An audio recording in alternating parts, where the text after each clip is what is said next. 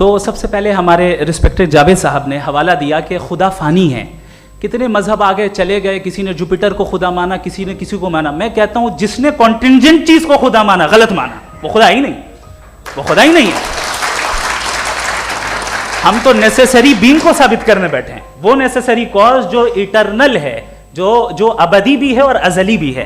ہم کسی اور کو ثابت کرنے نہیں بیٹھے. دوسری چیز انہوں نے کہا کہ فیتھ اینڈ بلیف یہ ایک ایسی ڈیفینیشن ہے فیتھ کی جو انہوں نے پہلی مرتبہ پیش کی ہے, یا معاف کیجیے گا انہوں نے پہلی مرتبہ پیش نہیں کی ہے, رچرڈ ڈاکنز نے پہلی مرتبہ پیش کی ہے. مجھے معلوم ہے یہ سورس کہاں سے ہے. ایپسٹیمولوجیکلی فیتھ اور بلیف کا فرق آپ اس طرح نہیں کر سکتے سر. فیتھ صحیح بھی ہوتا ہے, غلط بھی ہوتا ہے. بلیف صحیح بھی ہوتا ہے, غلط بھی ہوتا ہے. جو لاجک, ریزن اور ایویڈنس سے بیکڈ ہوگا وہ فیتھ صحیح ہوگا. اور آپ جس فیتھ کی بات کر رہے ہیں کہ ان لاجیکل ہے اور اس کے پیچھے نہیں ہے, تو we are on the same page. ہم نہیں مانتے اس فیتھ کو.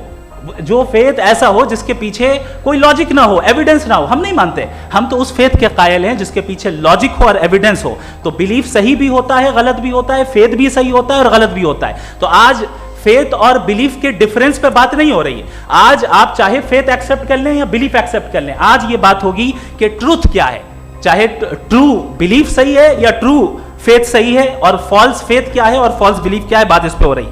دوسری چیز انہوں نے پوچھا اسٹوپیڈیٹی پھر کیا ہے. اگر فیتھ ریلیجن اسٹوپیڈیٹی نہیں ہے تو اور کیا ہے؟ چونکہ فیتھ کا مطالبہ کرتے ہیں تو اسٹوپیڈیٹی کیا ہے؟ میں کہتا ہوں اسٹوپیڈیٹی ایتھزم ہے. اس کی وجہ یہ ہے کہ آپ ایک سڑک پہ جا رہے ہوں اور آپ کسی گارڈن میں جائیں اور دیکھیں وہاں لکھا ہے پھولوں کے ساتھ I love Javed Akhtar, and I really do, I love you sir. تو جب آپ وہاں پر پہنچے تو وہاں پہنچ کر اب یہ بتائیں, کیا آپ یہ کہیں گے واو واٹ اے نیچرل سلیکشن؟ یہ کیا نیچرل سلیکشن ہے؟ نہیں, یہ پریسائزلی ڈیزائنڈ ہے, اس کے پیچھے ڈیزائنر ہے.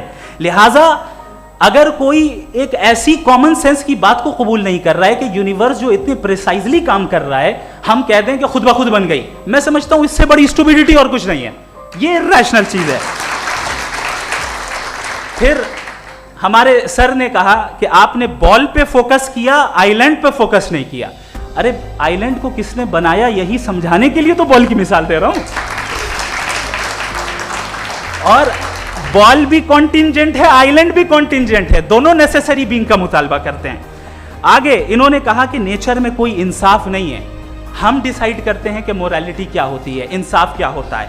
ہم ڈیسائیڈ کرتے ہیں, جیسے ڈرائیونگ سیٹ میں ٹریفک والا, یہ تو کسی خدا نے نہیں کہا, یہ ہے, اسے کہتے ہیں فالس ایکویویلنس. یہ ایک لاجیکل فیلیسی ہے. آپ نے جو ہے مثال دی ڈرائیونگ کی اور ٹریفک کی, یہ سبجیکٹو موریلٹی ہے.